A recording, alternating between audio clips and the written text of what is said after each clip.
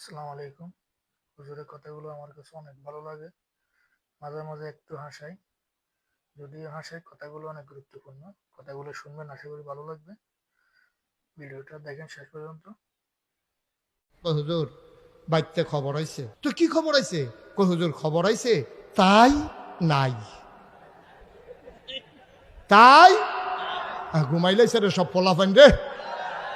খবর আইছে তাই কোন তাই? কই ঘরের তাই।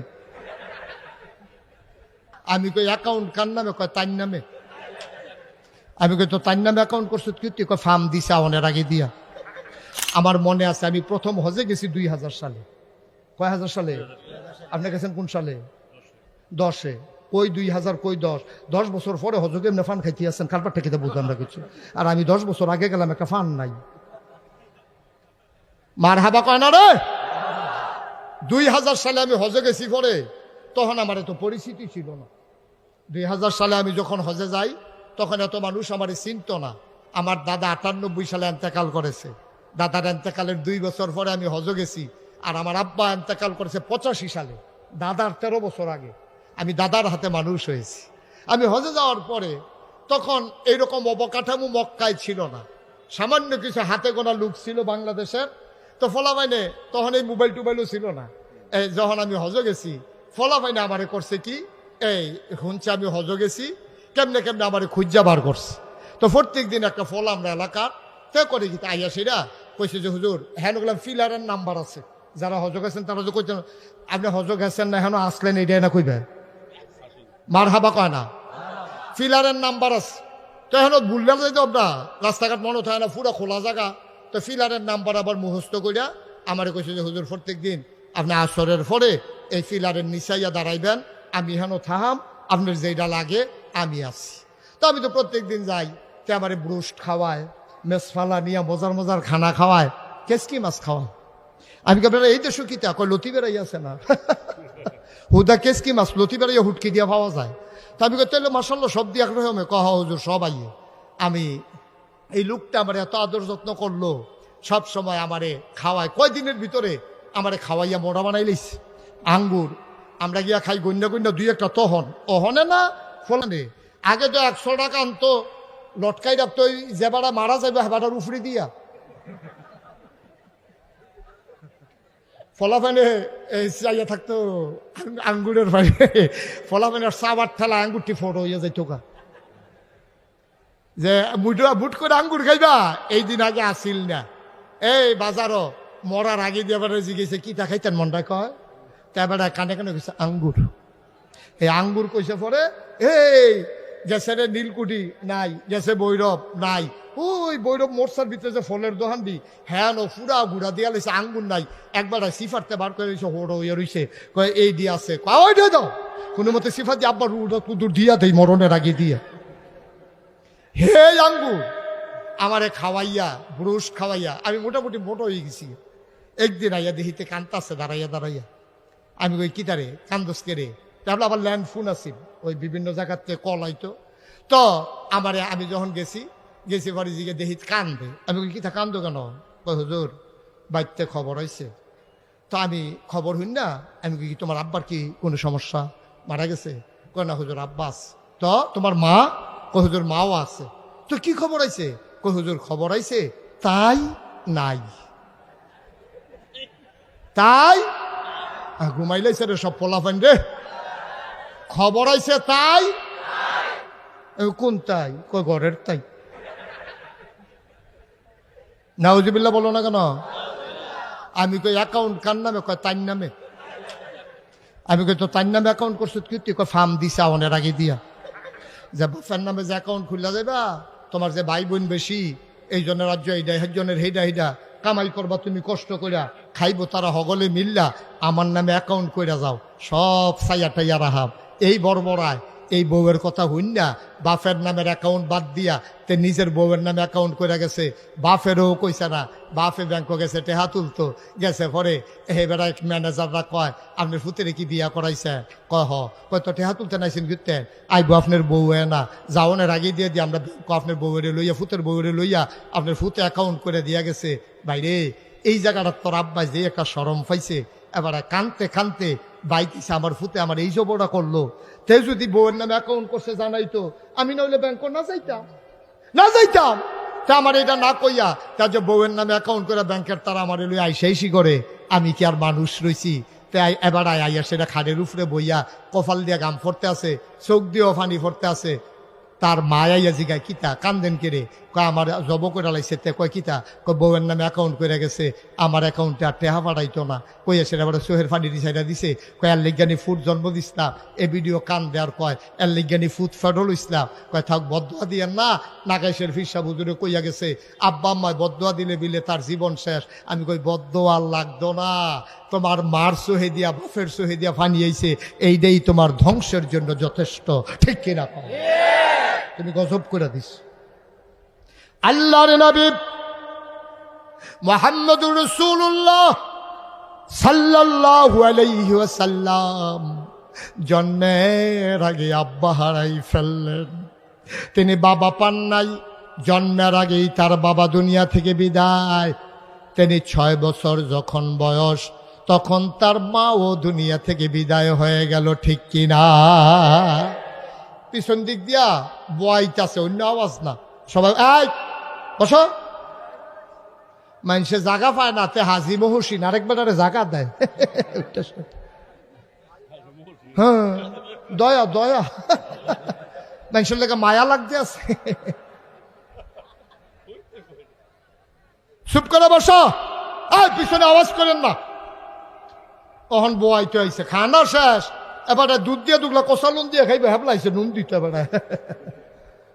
বসেন, শেষ হয়ে যাচ্ছে ইনশাল্লাহ, সবাই কোন আমিন। তো নবীজি আব্বার মুখ দেখছে, কথা কেন, আব্বার মুখ দেখছে নবীজি? জন্মের আগেই নবীজির আব্বা ইন্তেকাল করেছে। 6 বছর বয়স মাত্র নবীজির, নবীর আম্মা ইন্তেকাল করেছে। নবী এই আব্বাও নাই আম্মাও নাই।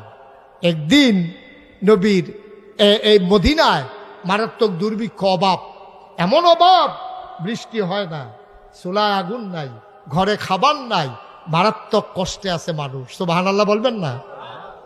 আল্লাহর নবী আহা ভাই, এখন আর বসাইয়া লাভ নাই, ক্ষতি করেন না মাহফিলের, আওয়াজ করেন না, যে যেমনে পারে শুনুক। সবাই কোন আমিন, জোরে কোন আমিন। জি, একটু একটু একটু খেয়াল করে শুনেন ভাই, আপনি জোর করে বসাই দিকে মাহফিলের ক্ষতি করতেছেন। সবাই কোন আমিন।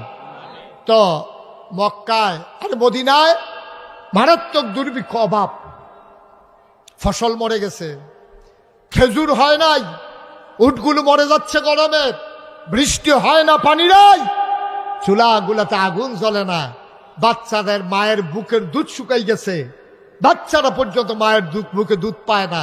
পুরা মদিনায় হাহাকার পড়ে গেছে, দুর্ভিক্ষে মানুষ মারা যাচ্ছে। আল্লাহর নবী আবার ডেকে বললেন, সাহাবারা, তোমাদের মাঝে যাদের সম্পদ আছে, কিছু টাকা পয়সা আছে, যাদের সামর্থ্য আছে, সবাই ওট ভেড়া দম্বা নিয়ে আসো, আমি জব করে মানুষের মাঝে বিলিয়ে দেই। একটা ওট জবে করা হলো, গোশতের ভাগ বসানো হলো, লম্বা লাইন পড়ে গেল মানুষের। সব মানুষেরা লাইন ধরে এসেছে নবীর কাছে সাহায্য নেওয়ার জন্যে। ও মুসলমান, মন দিয়ে শুনো, সবাই লাইন ধরে দাঁড়িয়ে আছে। আল্লাহর নবী একজন আসে, এক ভাগ দিয়ে দেয়। হঠাৎ করে লাইনের দিকে তিনি তাকালেন, তিনি অবাক বিস্ময়ে চমকে উঠলেন, থমকে দাঁড়ালেন। তিনি আস্তে করে বসা জায়গা থেকে উঠে সামনে গেলেন, গিয়া দেখে লাইনের ভিতরে একটা গুচ্চা বুড়া মহিলা লাঠিতে ভোট দিয়া দাঁড়িয়ে আছে বাঁকা হয়ে। আল্লাহ নবী অনেকক্ষণ তাকিয়ে রইলেন, চোখ দিয়া নবীর টপ টপ করে পানি পড়ে। নবী জড়াইয়া ধরলেন, কপালে চুমা খাইলেন, ধরে ধরে মজলিসের মাঝে এনে নবীর গায়ের চাদর মুবারক বিছাইয়া ওই মহিলাটাকে চাদরের উপরে বসতে দিলে। সাহাবারা একজন আর একজনের দিকে তাকায়, এই মহিলা কোন মহিলা? কে সেই মহিলা নবীর গায়ের চাদরে বসার ক্ষমতা রাখে? এই মহিলাটা কোন মহিলা? একজন আর একজনের দিকে তাকায়। নবীজি আবার চোখের পানি ছেড়ে দিয়ে সব সাহাবাদেরকে ডেকে বললেন, তোমরা নিশ্চয়ই জানতে চাও আমি কার জন্য গায়ের চাদর বিছাই দিলাম? সাহাবারা রে, জন্মের আগে আব্বা হারাই ফেলছি, জন্মের পরে 6 বছর বয়সে মা হারাই ফেলছি। যেই মহিলাটার জন্য গায়ের চাদর বিছাই দিলাম, এই মহিলাটা আর কেউ না, এই মহিলার বুকের দুধ টেনে টেনে আমি বড় হয়েছি। এই মহিলা আমার দুধমা হালিমাতুস সাদিয়া। ও মহেশপুরের মুসলমান, ও নীলকুঠির মুসলমান, ও বেগমাবাদের মুসলমান, মন দিয়ে শুনো রে ভাই, নবীর আব্বা নাই, নবীর আম্মা নাই, নবী দুধ মার জন্য আবার কি করলেন? তিনি বললেন, মা গোশত নেওয়ার জন্য কোনো ব্যাগ ট্যাগ আনছো নাকি? মহিলা একটা পোটলা বের করে দিলেন, সবাইকে দিলেন 1 ভাগ করে। নবীজি এবার আম্মাজান হালিমার জন্য দিলেন 2 ভাগ। এবার নবীজি ডাক দেয়া কয়, মা তুমি আবার বলো তোমার ঘরটা কোথায়? সাহাবাদেরকে বললেন, সাহাবারা তোমরা সবাই বসো, আমি আমার মাকে ঘর পর্যন্ত আগাইয়া দে। কত বড় আদর্শ তিনি! দুধ মায়ের জন্য তিনি কি করলেন, আর আমরা আপন মায়ের জন্য আমরা কি করতে আছি আজকে একটু হিসাব মিলানোর পালা। প্রচন্ড গরম, জায়গা ছোট, বসার লোক হচ্ছে না, হট্টগোল বেশি আমার। তারপরও দেখতে দেখতে প্রায় 2 ঘন্টা আলোচনা হয়ে গেছে। আবার ইনশাআল্লাহ 1.5 ঘন্টার মতো আলোচনা হয়ে গেছে। আবার যখন আসব প্রাণ ভরে কথা বলবো ইনশাআল্লাহ। তবে আমার একটা কথা আছে, কথাটা বলবো আমি। আমার মন আজকে সাক্ষী দিয়েছে, 33 বছর ধরে আমি মুশতাক ফৈজি ওয়াজ করি। আমি খেয়াল করে দেখেছি এই 33 বছরের আমার জীবনে যে আল্লাহ তাবারক ওয়া তাআলা আজকেও মাহফিলে কদম দিলে মাহফিলের একটা ওজন বুঝি। আমার আজকে মন সাক্ষী দিয়েছে, এই যে আজকে মহেশপুরের মাহফিল, আমার মন সাক্ষী দিয়েছে আল্লাহ তোমাদের এই মাহফিলকে কবুল করে নিয়েছে। এই কবুল হওয়া মাহফিলটাতে পরিবর্তিত বাংলাদেশে সবাই মিলে আমরা একটু তওবা করার দরকার আছে নাকি নাই? আমরা এতক্ষণ আমি কাউকে কিচ্ছু বলি নাই। যদি মনে করেন আপনি, আপনার বিবেক যদি মনে করে যে হ্যাঁ আমি ইচ্ছে করলে বসে যেতে পারি, তাইলে একটু 1 মিনিটের জন্য সবাই বসেন। আমরা এখন একটু তওবা করব। সবাই পড়েন, যারা পারেন, যে যেখানে আছেন আমার কলিজার টুকরা যুবকেরা, একটা লুকো দাঁড়াই থাকবা না। আমার মুরব্বী বাবারা, আমার কলিজার টুকরা যুবকেরা, 1 মিনিটের জন্য আমি বসতে বলছি। 1 মিনিটের জন্য বসো, প্রয়োজনে আবার দাঁড়াই যাইও। সবাই 1 মিনিটের জন্য আমি বসতে বলছি। আমি দোয়া করে দেব, প্রাণ উজাড় করে। দোয়াটা না করে আমরা কেউ যাওয়া ঠিক হবে না।